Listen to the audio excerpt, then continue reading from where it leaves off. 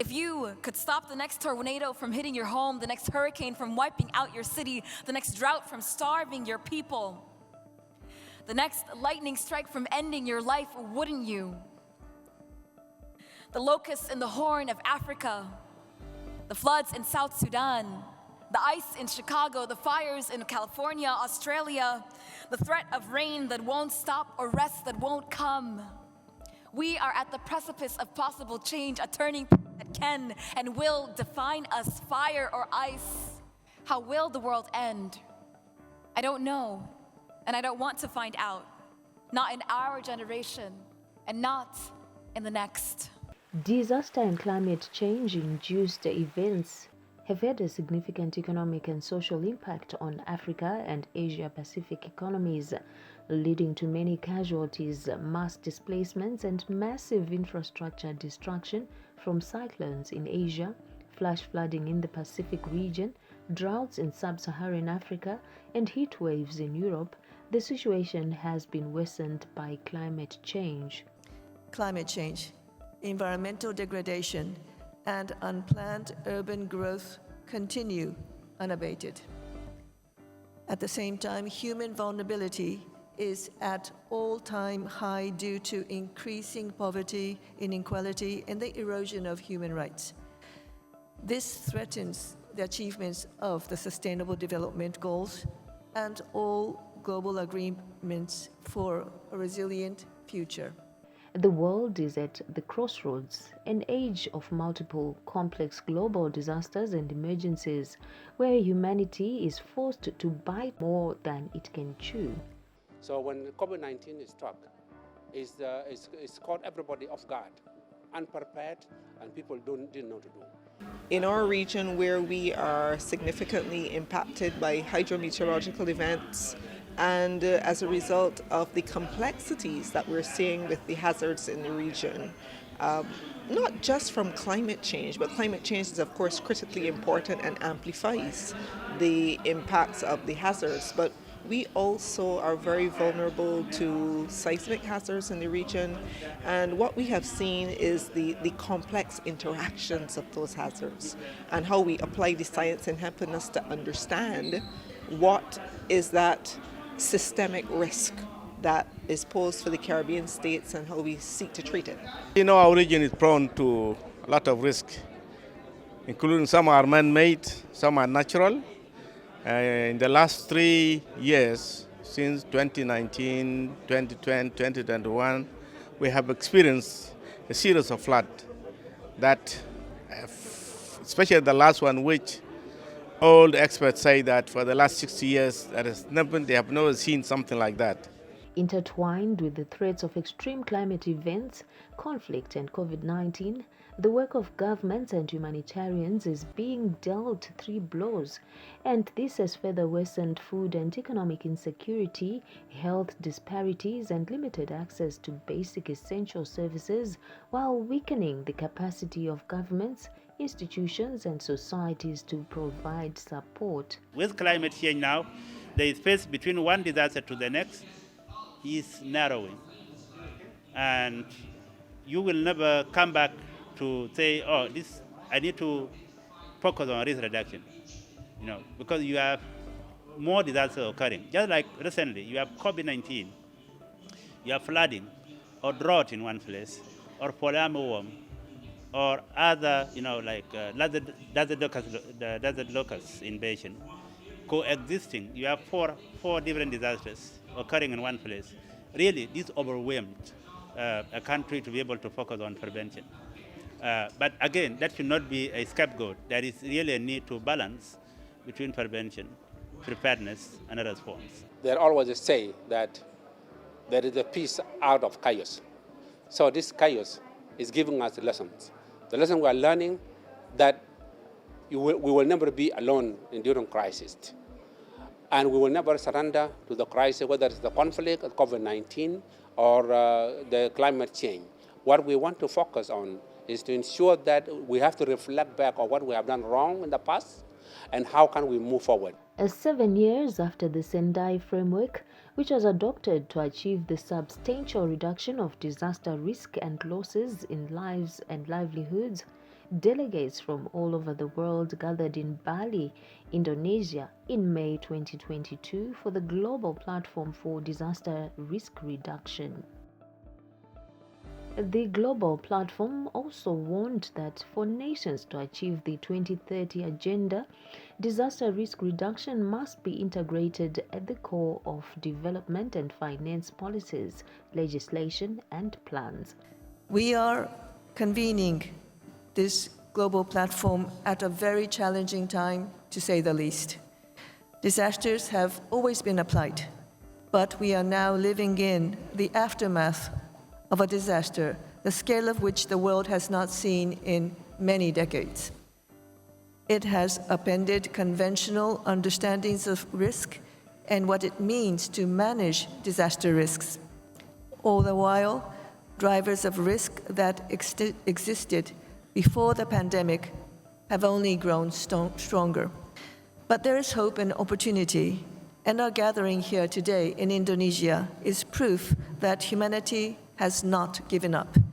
We must seize this moment to transform how we view the managed risks. Together, through solidarity and partnerships, we can tackle the common risks that threaten us. Let us leave no one behind and emerge stronger and more resilient. The 7th session of the Global Platform for Disaster Risk Reduction builds on the Africa Regional Platform theme towards disaster risk-informed development for a resilient Africa in a COVID-19 transformed world and aligns with the Global Platform on Disaster Risk Reduction's themes on strengthening disaster risk governance, investing in local action to empower communities most exposed to risks, and accelerating integrated disaster risk management as a pathway to achieving sustainable development. We have got a strategy that talks to that, and that is also in line with the Agenda 2063, which is Africa's blueprint for development.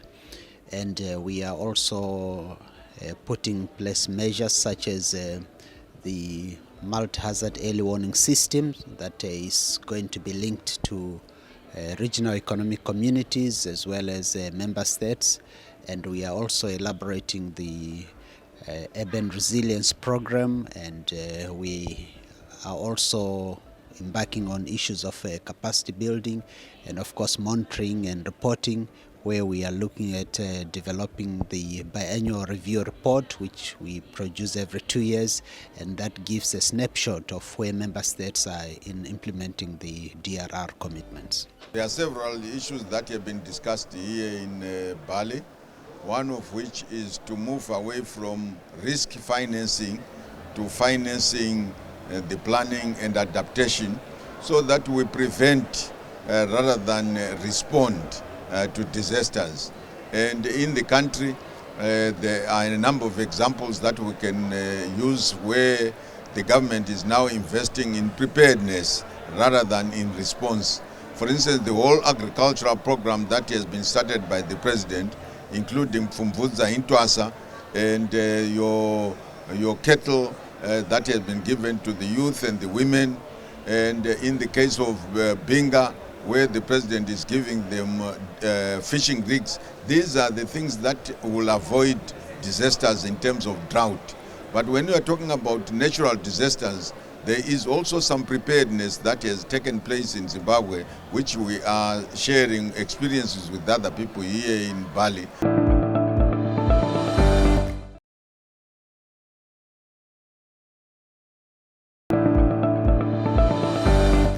The principle of the disaster resilience is central to the achievement of the 2030 Agenda's Sustainable Development Goals. During the week-long global platform on disaster risk reduction in the resort island of Bali, Indonesia, various thematic sessions were held with different participants from scientists, policymakers, civic society, academia, politicians, and those representing marginalized communities, discussing about how to effectively integrate those most at risk of being left behind into the decision-making process concerning disaster risk reduction interventions. I think one of the critical ones is related to the readiness of populations and how do we support populations in being prepared ahead of events. And there's an important social dimension to this as well, where we have found in the Caribbean that a lot of the assumptions that we may hold for populations being able to follow instructions for preparedness do not necessarily bear out. And there are many considerations why. Why does an individual take a decision to remain in a coastal region where there is anticipated storm surge, for example? Why does an undocumented migrant refuse to evacuate, even though the national government is making provision for such? So there are a lot of social and cultural considerations. I think there's a need for greater investment in the behavioral science and really understanding what drives persons to make specific decisions. So I think this is where we need to go for the future. And as you all know, the first component of a multi-hazard early warning system is risk knowledge. Without risk knowledge, you will not have the other component of early warning systems. And the African Union is very aware of that. In 2019, we established an Africa Advisory Board on the Scientific Advisory Board on disaster risk reduction. This is a board that comprises of 15 African scientists, and they are working on a daily basis to generate risk information for policy making, for early warning, and for preparedness. The inclusion of Indigenous people in disaster risk reduction or non-inclusion begs the question why and why not. The latter being the first question asked, why would people not be including the people of the land? So, for Māori, we consider ourselves to be tangata whenua, people of the land. We are from the land, we return to the land. We don't, and traditionally, no Māori, no single Māori ever owned land. We all collectively owned it. We were all responsible to be guardians of that land and guardians of the environment completely. And that made perfect sense because it was the environment that sustained us and determined whether we survived and thrived or died, quite simply. And I guess it's pretty clear that most Indigenous people, First Nation people all over the world, have a similar view of the world. Despite having contributed the least to global warming and having the lowest emissions, Africa faces exponential collateral damage, posing systematic risks to its economies, infrastructure investments, water and food systems, public health, agriculture and livelihoods, threatening to undo its modest development gains and slip into higher levels of extreme poverty. Policymakers, scientists and various government officials attending the 7th session of the United Nations Global Platform on Disaster Risk Reduction called on innovative solutions and technologies for early warning systems and forecasting to reduce the risk of disasters. The global platform also called upon governments to honor the commitments made in Glasgow to drastically enhance financing for and support to adaptation and resilience. Disaster risk reduction, of course, is where, again, it's what puts meaning into a forecast, right? So in the past, say 20, 30 years ago, a weather forecaster would issue a weather forecast or issue a warning and his job was done or their job was done. Now we want to make sure that that forecast reaches the last mile, that it reaches the most remote populations, no matter where you're located in the world. What we are pushing for is to have a dedicated financial mechanism on issues to do with disaster risk resilience, disaster risk reduction. Just like in climate change, we have a dedicated financial mechanism on climate change. We have Green Climate Fund, we have Adaptation Fund, we have a lot of funds dedicated to climate change. So we are saying what is happening in climate change also happen in disaster risk reduction. That's what we are pushing for as Africa Group, and also having a proper and strong, robust institutional framework and policy and institutional framework on disaster risk reduction in African countries, even at global level. That's what we want as African countries. It is estimated that a third of people globally, mostly in developing countries, are still not covered by early warning systems. It is against this background that African representatives at the summit spoke on different disaster early warning systems used on the continent and stressed the need for more investments in the area. Most countries continue to experience disasters, with Cyclone Idai of 2019 among the most devastating on the African continent in recent times. The whole issue that we are discussing here is prevention of disasters. So early warning systems of cyclones, such as the Cyclone Idai, we have now invested in the Meteorological Services Department as a result of Cyclone Idai. And working with the partners, World Bank, UNDP and others, we are now working in investing in meteorological services so that we can predict more what is coming. If we reflect back to the past 10 years, there's quite a lot of livelihood losses which countries are experiencing, a lot of socio-economic gains, erosion due to disasters, which makes it imperative that the world comes together and discuss pertinent issues around how to make risk-informed decisions if we are to meet long-term goals such as Sustainable Development Goals by 2030.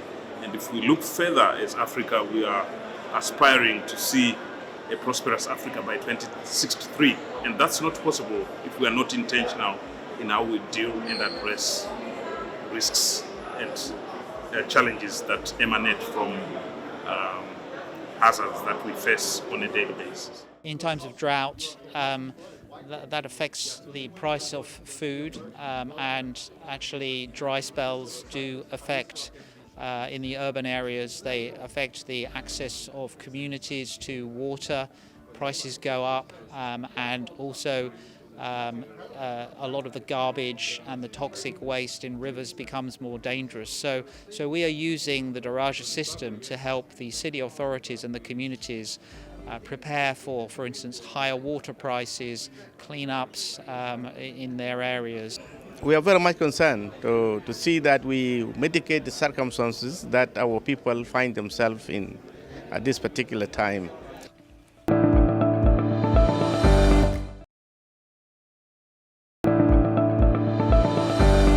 Hazards forecasting and warnings are a crucial element of understanding and managing the various risks associated with disasters. During a high-level dialogue to discuss on how to identify various options for accelerating financing for risk prevention, Her Excellency Mutali Nalumango, Vice President of the Republic of Zambia, noted that investment in disaster requires a fundamental shift in mindset across both the public sector as well as investment and financial sectors.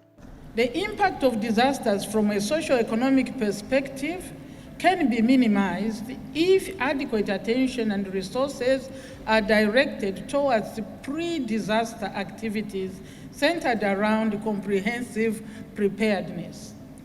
In practice, this would involve accurate identification of hazards and risks, predetermination of the potential impact, and then mounting prevention and mitigation measures.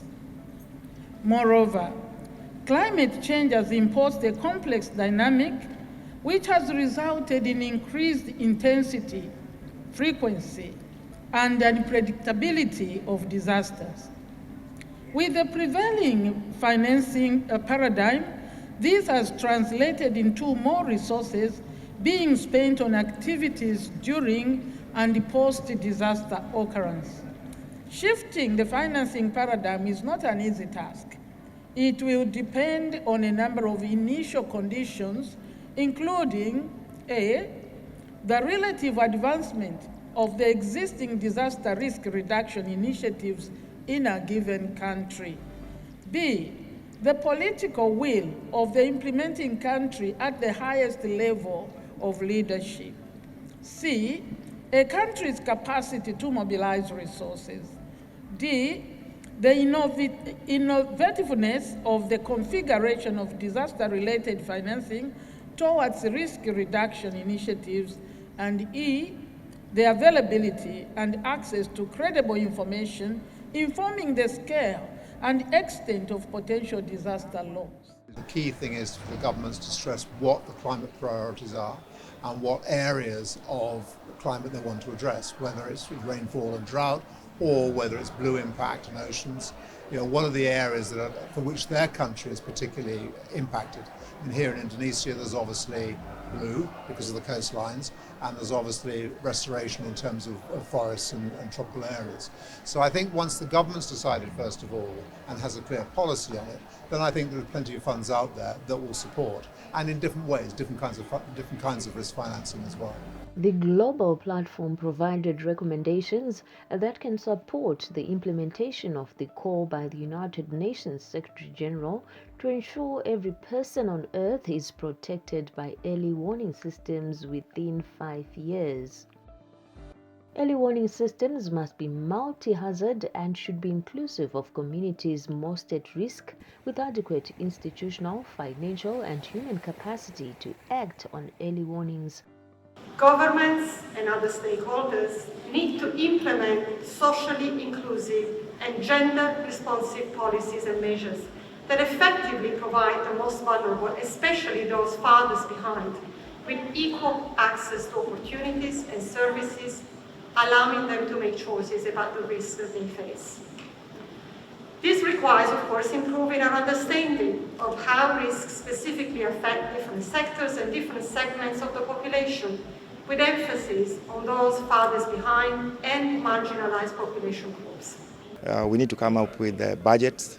We need to ensure that we itemize everything that we are supposed to, that we like to do, and ensure that this financing caters for projects all the way from the national level to the community level. That is, the financing must take care of all the risk reduction requirements of our communities in our various countries. If effectively implemented, early warning system can contribute to increasing the resilience of developing countries to natural disasters and climate-related risks, and offer simultaneous support for the achievement of the Sustainable Development Goals (SDGs) in reducing the loss of life and livelihood. We feel that as a continent we also have a lot of knowledge, especially if you tap into indigenous knowledge. There are many ways that indigenous communities use to be able to warn themselves about some of the looming disasters, looking at their environment. They could tell when it's going to rain and what they can anticipate. So through that process we can be able to also contribute to the international community in terms of knowledge. But also even in terms of resources or resource mobilization, we also look at domestic resource mobilization, and we can be able also to fund some of the activities from within the continent. What I want you to keep in mind going forward, everyone in this room and the rest of the world, if you are listening, that a lot of times young people are left as the buffer between us and complete disaster. And so when you move forward, I would like you to innovate just as creatively with how you collaborate and engage with youth and bring us into the conversation as you do with everything else.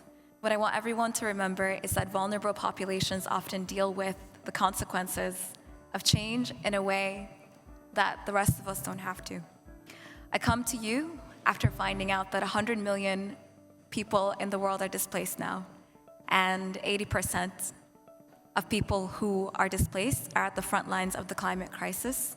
So when we move forward, I hope we can move from meaningful participation to meaningful collaboration and bring people into the conversation on their own terms and not by presetting the parameters for them.